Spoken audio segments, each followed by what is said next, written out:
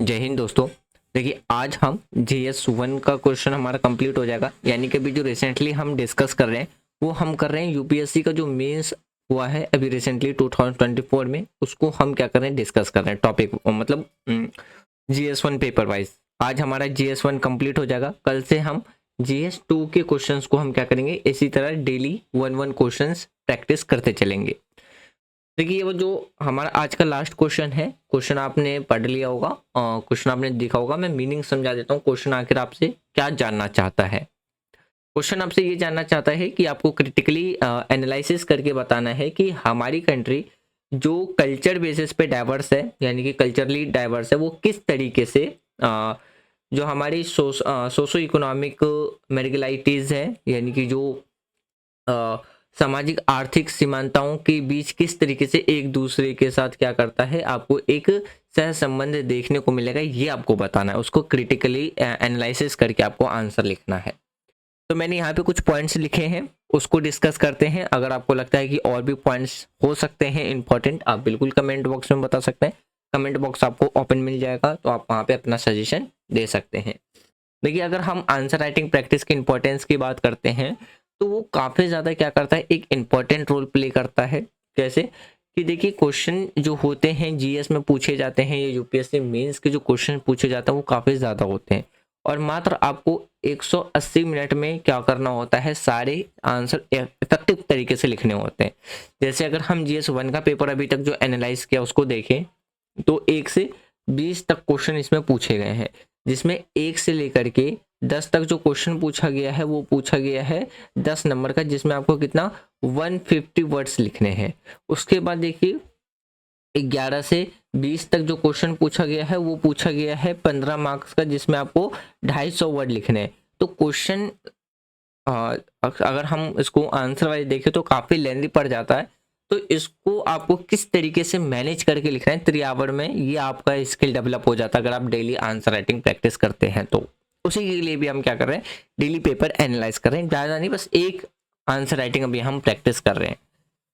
आप अगर मैं आपको, अगर आप सजेशन लें या जो मैं रिकमेंडेड करूँगा, आपको एक दिन में मिनिमम 2 आंसर राइटिंग प्रैक्टिस तो करनी ही करनी चाहिए, अगर आप सीरियसली होकर के अगर आप प्रिपरेशंस कर रहे हैं। पहला होना चाहिए आपका जीएस का, और दूसरा होना चाहिए आपके पास ऑप्शनल का। ये 2 अगर आप कर रहे हैं तो बिल्कुल सही है, आप मिनिमम 2 आंसर प्रैक्टिस करते रहें। तो चलिए स्टार्ट करते हैं हम अपना आज का डिस्कशन, जिसमें मैंने कुछ पॉइंट्स लिखे हैं। बाकी आपको लगता है तो आप बिल्कुल उसके अकॉर्डिंग सजेशन दे सकते हैं। आज GS1 कंप्लीट हो जाएगा, कल हम GS2 कंप्लीट करेंगे, मतलब GS2 डिस्कस करेंगे। GS2 कंप्लीट होने के बाद GS3 कंप्लीट होने के बाद GS4, और GS4 कंप्लीट होने के बाद हम 2 लैंग्वेज पेपर भी डिस्कस करेंगे, इंग्लिश और हिंदी। चलिए स्टार्ट करते हैं हम अपना आज का डिस्कशन। तो देखिए क्वेश्चन आपको यहाँ पे भी लिखा हुआ मिल जाएगा। इसका मेन मोटिव क्या होता है कि जब मैं आपको PDF प्रोवाइड कराऊं तो आपको ये डिफिकल्टीज नहीं आनी चाहिए कि कौन सा आंसर किस क्वेश्चन के लिए है। तो देखिए अगर हम इसको एनालिसिस करते हैं कि किस तरीके से इंडियन कल्चर डाइवर्सिटी और जो सोशो इकोनॉमिक मेरिगलाइटी है वो किस तरीके से एक दूसरे से कनेक्टेड है, तो इसमें हम 6 पॉइंट डिस्कस करेंगे विथ एग्जाम्पल।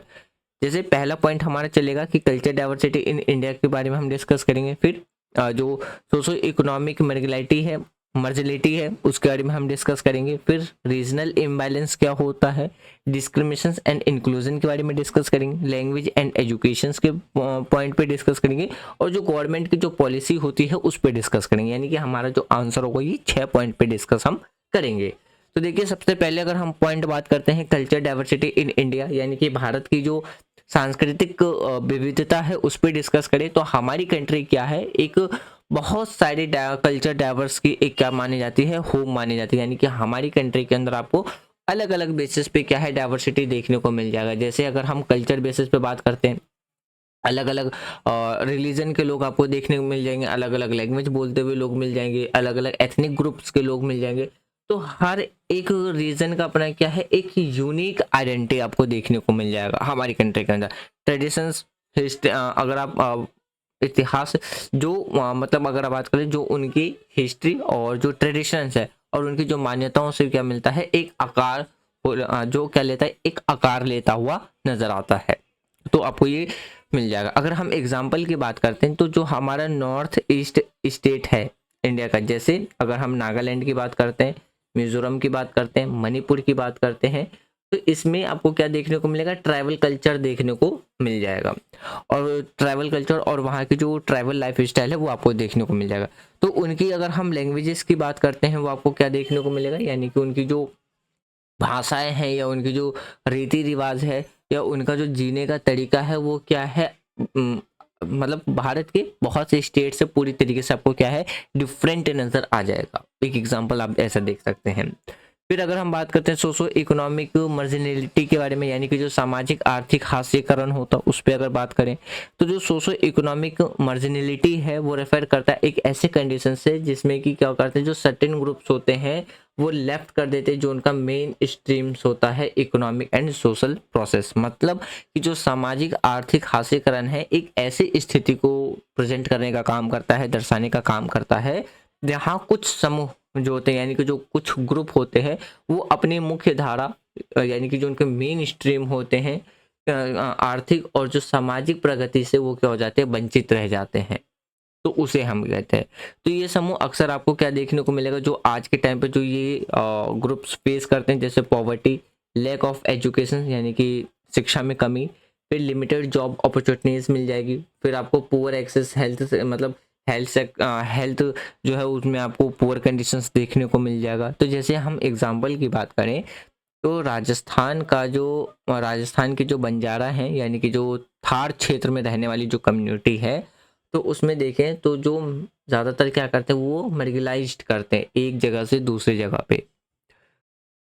तो उनके पास क्या है, आपको एक स्टेबल जॉब्स की कमी देखने को मिलेगा, प्रॉपर एजुकेशन फैसिलिटीज़ देखने को नहीं मिलेगी, फिर इकोनॉमिक बैकवर्डनेस आपको देखने को मिल जाएगा। तो ये एक एग्जांपल आप देख सकते हैं। फिर देखिए अगर हम रीजनल इम्बैलेंस की बात करते हैं, रीजनल इम्बैलेंस का मतलब होता है क्षेत्रीय असंतुलन। तो कुछ हमारी कंट्री में ऐसे स्टेट हैं या कुछ ऐसे एरिया है जहाँ पे आपको प्रॉपर डेवलपमेंट नहीं देखने को मिलेगा, यानी कि एक डेवलपमेंट में इम्बैलेंस या अनबैलेंस टाइप में देखने को मिलेगा। अगर हम ट्राइबल एरिया की बात करते हैं, ट्राइबल एरियाज में जैसे अगर हम कल्चरली बात करते हैं, जो डिसेंट हैं वो इकोनॉमिकली बैकवर्ड आपको देखने को मिल जाएंगे।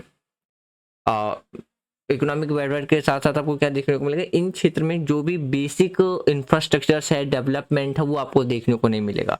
तो जिसके वजह से वहाँ पे आपको क्या देखने को मिलेगा, हाई लेवल पे पॉवर्टी, गरीबी देखने को मिलेगा, अनएम्प्लॉयमेंट आपको देखने को मिल जाएगा, यानी कि बेरोजगारी देखने को मिल जाएगी। अगर हम एग्जाम्पल की बात करें कि ऐसा, तो देखिए जो ट्राइबल डोमिनेटेड एरिया है, जैसे रीजन है, जैसे अगर हम झारखंड की बात करते हैं या छत्तीसगढ़ की बात करते हैं, तो ये क्या है, एक ट्रैवल डोमिनेटेड आपको क्षेत्र यानी कि रीजन नजर आएगा। तो जहाँ जहाँ पे हम क्या देख रहे हैं, जो मिनरल्स है वो काफ़ी ज़्यादा मात्रा में आपको मिल जाएंगे, जैसे कोयला आपको मिल जाएगा, बहुत से मिनरल्स मिल जाएंगे। तो फिर भी वहाँ की जो आधी से ज़्यादा जनसंख्या है वो उनके पास आपको क्या है, डेवलपमेंट नहीं देखने को मिलेगा।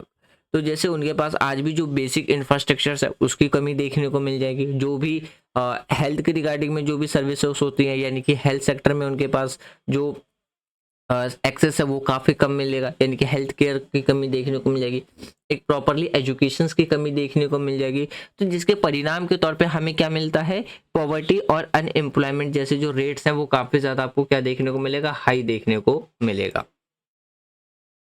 तो जिसकी वजह से आपको वहाँ पे हाई एम्प्लॉयमेंट, पॉवर्टी, ये सारी चीज़ें नजर आएगी। मतलब आप इन शॉर्ट ये समझिए कि जो ट्रैवल डोमिनेटेड रीजन है, जैसे झारखंड है, छत्तीसगढ़ है, वहाँ पे मिनरल्स तो बहुत सारे हैं, लेकिन फिर भी आपको क्या देखने को मिलेगा, एक रीजनल इम्बैलेंस डेवलपमेंट आपको देखने को मिलेगा। तो जिसके वजह से वहाँ पे जो बेसिक इंफ्रास्ट्रक्चर्स होती हैं, हेल्थ सर्विस आपको कम देखने को मिल जाएगा, एजुकेशन में कमी देखने को मिल जाएगा। तो जिसकी वजह से वहाँ की जो ट्रैवल डोमिनेटेड रीजन है, वहाँ पे जो मोस्ट पॉपुलेशन है वो पॉवर्टी, अनएम्प्लॉयमेंट को फेस करती है। वहाँ पे अनएम्प्लॉयमेंट, पॉवर्टी के रेट आपको हमेशा ज़्यादा नजर आएगा कंपेयर टू अगर हम अदर स्टेट की बात करते हैं, जैसे बेंगलोर हो गया, महाराष्ट्र हो, मुंबई हो गया, आप महाराष्ट्र काउंट कर सकते हैं, ये अपने जो साउथ स्टेट होते हैं उसके कंपेयर में अगर हम बात करें तो।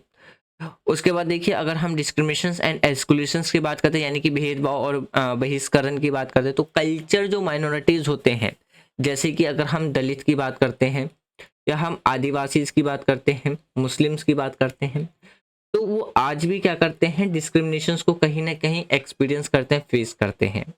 अगर हम इस कल्चर एक्सक्लूजन्स की बात करते हैं, वो ट्रांसलेट करने का काम करते हैं, इसमें फ्यूअर अपॉर्चुनिटीज, उनके पास बहुत ही कम अवसर्स में बदलते हैं। जैसे उनके पास एजुकेशन आपको कम देखने को मिल जाएगा, वहीं पे अगर हम जॉब की बात करते हैं वो कम देखने को मिल जाएगा। तो जो सोशो इकोनॉमिक मार्जिनलाइजेशन है उनमें जो उनका कंट्रीब्यूटिंग रहता है वो काफ़ी ज़्यादा क्या देखने को मिल जाएगा, उनका मतलब सोशो इकोनॉमिक मार्जिनलाइजेशन में आपको उसका कंट्रीब्यूशन देखने को मिलेगा। इन शॉर्ट आप ऐसे समझिए कि जो दलित होते हैं, आदिवासी होते हैं, मुस्लिम जैसे जो सांस्कृतिक अल्पसंख्यक हैं, अक्सर भेदभाव का भी आज के टाइम पे वो क्या करते हैं, सामना करते हैं।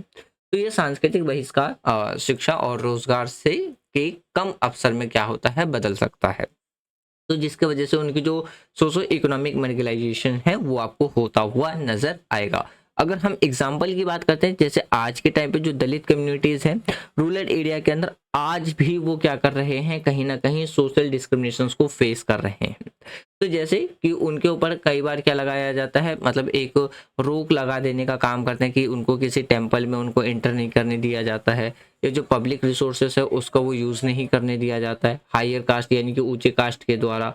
तो इनका जो इम्पैक्ट पड़ता है वो किस पे पड़ता है, उनके इकोनॉमिक स्टेटस पे पड़ता है। आप ये एग्जाम्पल से भी समझ सकते हैं, देख सकते हैं। फिर देखिए लैंग्वेज और एजुकेशन की बात करते हैं, भाषा और शिक्षा की बात करते हैं, तो लैंग्वेज भी कहीं ना कहीं क्या करता है, एक बैरियर्स की तरीके से अपना रोल प्ले करता है। कैसे कि देखिए बहुत से जो लोग हैं वो आज के टाइम पे क्या है, डोमिनेटेड रीजनल लैंग्वेज के वजह माइट करते हैं। यानी कि अगर हम भाषा की बात करते हैं, जो बैरियर की तरीके से काम करते हैं, वो कैसे काम करता है, जो लोग प्रमुख अपनी जो रीजनल लैंग्वेज नहीं बोल पाते हैं तो उन्हें क्या देखने को मिलता है, उनकी जो गुणवत्ता शिक्षा या रोजगार के जो अवसर होते हैं वो प्राप्त करने में उन्हें काफ़ी ज़्यादा डिफिकल्टीज आती है, कठिनाइयों का सामना करना पड़ता है। और फिर जिससे वो क्या है, आर्थिक रूप से क्या है, असुरक्षित या क्या होते हैं, असुरक्षित तो हो जाते हैं। तो ये आपको देखने को मिल जाएगा। जैसे अगर हम एग्जाम्पल की बात करते हैं, साउथ इंडिया में तो बहुत से ऐसे लोग हैं जिन्हें हिंदी बोलना नहीं आता है और एक इसको वो क्या करते हैं, प्रॉब्लम को फेस करते हैं। तो जिसके वजह से जो डिफ़िकल्टीज आती है स्टूडिंग, यानी कि जो सेंट्रल गवर्नमेंट जॉब होता है या जो एम्प्लॉयमेंट है, अगर वो नॉर्थ इंडिया में अगर आकर के काम करना चाहें तो वहाँ पे उनको काम करने में काफ़ी ज़्यादा क्या होती है, डिफ़िकल्टीज होती है। क्यों? क्योंकि वो लैंग्वेज नहीं बोल पा रहे। जैसे साउथ में अगर अगर साउथ का कोई पर्सन अगर नॉर्थ इंडिया साइड आकर के काम करना चाह रहा है या सेंट्रल जो जॉब करना चाह रहा है, तो उसके लिए उसे क्या है, एक लैंग्वेज सीखनी पड़ेगी। तो कहीं ना कहीं लैंग्वेज भी क्या करता है, एक बैरियर की तरीके से काम करता है। तो लैंग्वेज बैरियर की बात करते हैं तो जिसकी वजह से जो एजुकेशन से ये जॉब अपॉर्चुनिटीज होती है वो क्या कहीं ना कहीं क्या हो जाती है, लिमिटेड ही रह जाती है। उसके बाद देखिए अगर हम गवर्नमेंट पॉलिसी की बात करते हैं तो गवर्नमेंट यानी कि जो सरकार की जो नीतियां होती हैं, हालांकि अभी जो गवर्नमेंट की जो पॉलिसी है वो किसके बीच पे रही, कि जो भी गैप है यानी कि जो भी अंतर है, ये उद्देश्य रखती है आज के टाइम पे, ये मेन ऑब्जेक्टिव बना के रखी कि जो भी गैप आ रहे हैं उसको कम किया जाए।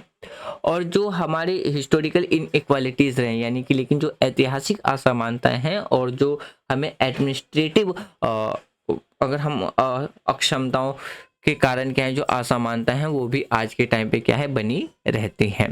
तो जैसे एग्जाम्पल के तौर पे देखें तो जो हमारी रिजर्वेशंस पॉलिसी है किसके लिए, शेड्यूल कास्ट और शेड्यूल ट्राइब्स के लिए, वो आज भी एग्जिस्ट करती है। लेकिन अगर वो बात करें वो सिर्फ और सिर्फ आपको सिर्फ पेपर पे आपको नजर आ जाएगा, सिर्फ कागज में लिखा हुआ नजर आएगा। लेकिन जो मेंबर ऑफ दिस ग्रुप्स हैं वो आज भी इसका पूरी तरीके से बेनिफिट नहीं ले पा रहे हैं।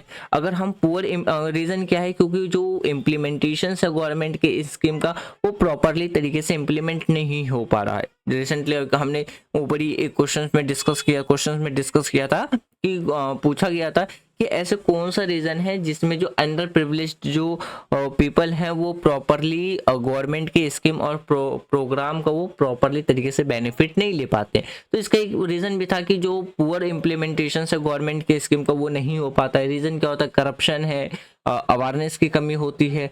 तो जिसके वजह से जो लोगों के लिए जो पॉलिसीज होती हैं जो गवर्नमेंट बनाती है वो उन तक में पहुंच ही नहीं पाता है। वो उससे क्या रह जाते हैं, वंचित रह जाते हैं। उनको पता ही नहीं चलता कि सरकार ने उनके फेवर में कोई पॉलिसी बना रखी है, स्कीम लॉन्च कर रखी है। तो ये आपको देखने को मिल जाएगा।